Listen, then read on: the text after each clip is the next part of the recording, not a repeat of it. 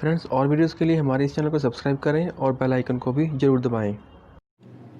Hello friends, welcome to my YouTube channel. Friends, आज की video में मैं एसएसटी के इंपॉर्टेंट क्वेश्चंस करने वाले हैं जो कि सीटेट के एग्जाम में पूछे जा सकते हैं और बहुत ही इंपॉर्टेंट क्वेश्चंस होंगे ये।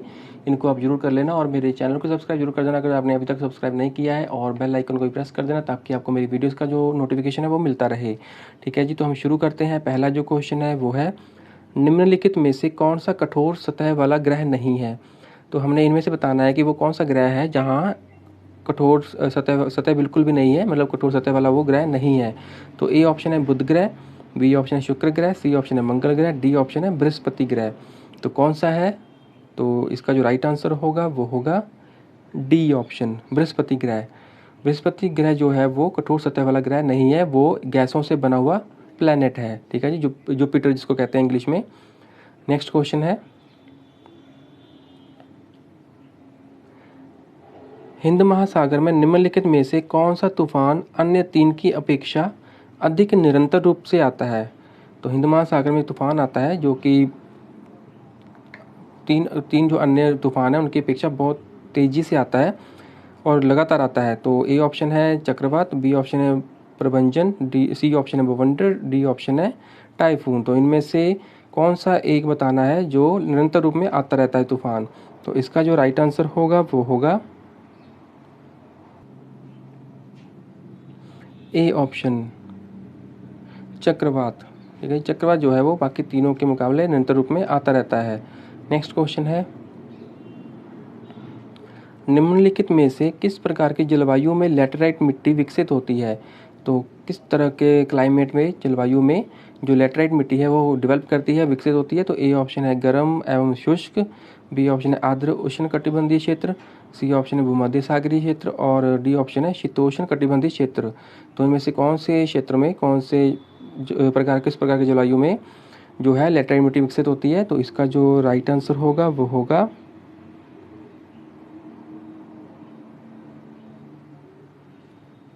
बी ऑप्शन, आर्द्र उष्ण कटिबंधीय क्षेत्र में। ठीक है जी, नेक्स्ट क्वेश्चन है, जनगणना 2011 के अनुसार भारत में साक्षरता की दर कितनी है, यानी लिटरेसी रेट कितनी है। अगर हम 2011 के अकॉर्डिंग देखें तो ए ऑप्शन है 74.04, बी ऑप्शन है 82.14, सी ऑप्शन है 65.46, डी ऑप्शन है 72.32। तो कितनी थी 2011 में लिटरेसी रेट, साक्षरता की दर। तो इसका जो राइट आंसर होगा वो होगा ए ऑप्शन, 74.04। ठीक है जी, नेक्स्ट क्वेश्चन है, निम्नलिखित में से कौन सा स्थान भारत में पुर्तगालियों का मुख्यालय था। तो कौन सा स्थान था जो पुर्तगालियों का मुख्यालय था भारत में। तो इसका पहला ऑप्शन है कोचीन, बी ऑप्शन है गोवा, सी ऑप्शन है कालीकट, डी ऑप्शन है कन्नौर। तो कौन सा स्थान था जो पुर्तगालियों का मुख्यालय था। तो इसका जो राइट आंसर होगा वो होगा बी ऑप्शन, गोवा। गोवा जो था वो पुर्तगालियों का मुख्यालय था। नेक्स्ट क्वेश्चन है,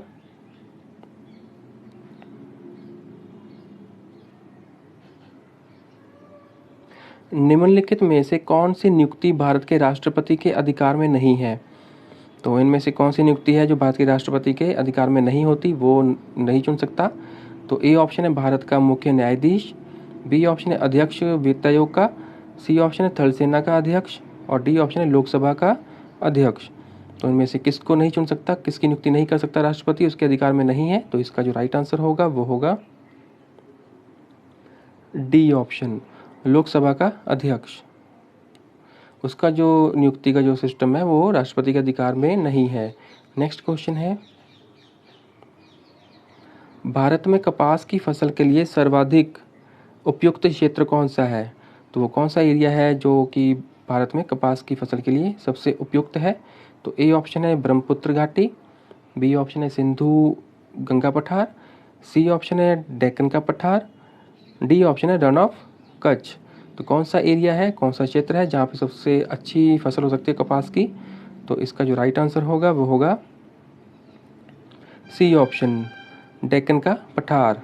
ठीक है जी। डेक्कन प्लेटू इंग्लिश में कहते हैं। डेक्कन प्लेटू पे जो है वो कपास की फसल अच्छी हो जाती है, क्योंकि वहाँ पे काली मिट्टी पाई जाती है, और जो काली मिट्टी है वो कपास की फसल के लिए बहुत अच्छी मानी जाती है। नेक्स्ट क्वेश्चन है,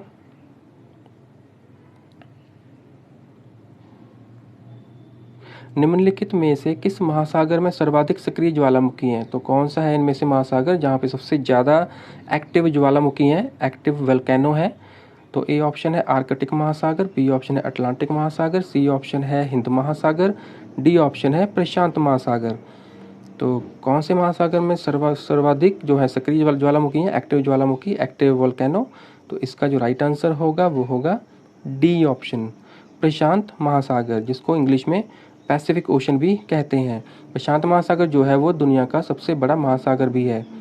ठीक है जी। तो इसका जो राइट आंसर होगा, सबसे ज़्यादा सक्रिय ज्वालामुखी कहाँ पर है? प्रशांत महासागर में।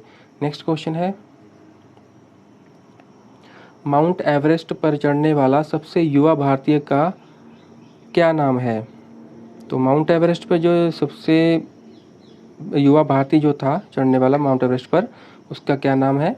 ए ऑप्शन है विकास कृष्ण, बी ऑप्शन है शिव थापा, सी ऑप्शन है अर्जुन वाजपेयी, डी ऑप्शन है इनमें से कोई नहीं। तो कौन था, इसका नाम क्या था? तो इसका जो राइट आंसर होगा वो होगा सी ऑप्शन, अर्जुन वाजपेयी।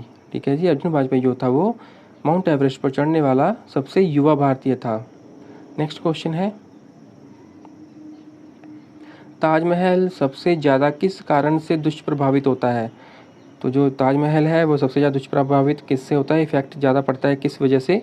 तो ए ऑप्शन है अधिक दर्शकों के कारण, बी ऑप्शन है अम्ल वर्षा के कारण, सी ऑप्शन है वनोन्मूलन के कारण, डी ऑप्शन है ध्वनि प्रदूषण के कारण। तो किसकी वजह से दुष्प्रभावित होता है?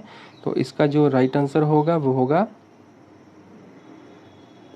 बी ऑप्शन, अम्ल वर्षा के कारण, यानी तेजाब वाली बारिश जो होती है उसकी वजह से। नेक्स्ट क्वेश्चन है,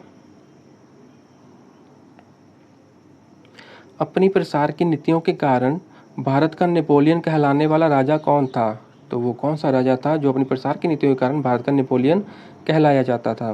तो ए ऑप्शन है कुमारगुप्त, बी ऑप्शन है चंद्रगुप्त प्रथम, सी ऑप्शन है चंद्रगुप्त द्वितीय, डी ऑप्शन है समुद्रगुप्त।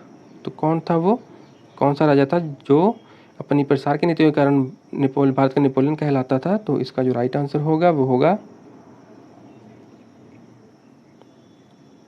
D option, Samudragupta. ठीक है जी। समुद्रगुप्त वो राजा था जो भारत का नेपोलियन कहलाया जाता था। नेक्स्ट क्वेश्चन है, पश्चिम बंगाल में रानीगंज का संबंध किससे है? तो पश्चिम बंगाल में एक जगह है रानीगंज, तो इसका संबंध किससे है? तो ए ऑप्शन है कोयला क्षेत्र से, बी ऑप्शन है लौह अयस्क से, सी ऑप्शन है मैग्नीज से, डी ऑप्शन है कॉपर से। तो इसका जो राइट आंसर होना चाहिए वो होगा ए ऑप्शन, कोयला क्षेत्र से। ठीक है जी। रानीगंज में कोयला मिलता है, पाया जाता है, तो रानीगंज का जो संबंध है वो कोयला क्षेत्र से है। नेक्स्ट क्वेश्चन है,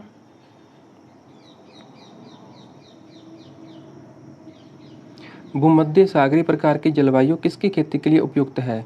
तो जो भूमध्य सागर की जो जलवायु है, जो क्लाइमेट है भूमध्य सागर का, वो किसकी खेती के लिए उपयुक्त माना जाता है, बेटर माना जाता है? तो ए ऑप्शन है फल, बी ऑप्शन है चावल, सी ऑप्शन है दालें, डी ऑप्शन है गेहूँ। तो इसका जो राइट आंसर होगा वो क्या होगा, किसकी फसल के लिए जो है भूमध्य सागरीय प्रकार की जो जलवायु है वो उपयुक्त होता है? तो इसका जो राइट आंसर होगा वो होगा ए ऑप्शन, फल यानी फ्रूट्स। फ्रूट्स की फसल के लिए, फल की फसल के लिए जो है भूमध्य सागरीय जो प्रकार के जलवायु है बेटर होता है। नेक्स्ट क्वेश्चन है, भारत का स्थायी अनुसंधान केंद्र दक्षिण गंगोत्री कहाँ पर स्थित है? तो ये कहाँ पर स्थित है? तो ए ऑप्शन है हिमालय, बी ऑप्शन है हिंद महासागर, सी ऑप्शन है अंटार्कटिका, डी ऑप्शन है अरब सागर। तो जो भारत का जो स्थायी अनुसंधान केंद्र है तो वो कहाँ पे स्थित है? तो इसका जो राइट आंसर होगा वो होगा सी ऑप्शन, अंटार्कटिका में। ठीक है जी। अंटार्कटिका में जो है भारत का स्थायी अनुसंधान केंद्र जो है दक्षिण गंगोत्री स्थित है। नेक्स्ट क्वेश्चन है, मार्क्स निम्नलिखित में से किस देश के थे? तो ये किस देश के थे मार्क्स? तो ए ऑप्शन है जर्मनी, बी ऑप्शन है हॉलैंड, सी ऑप्शन है फ्रांस, डी ऑप्शन है ब्रिटेन। तो ये किस देश से संबंधित थे? तो इसका जो राइट आंसर होगा वो होगा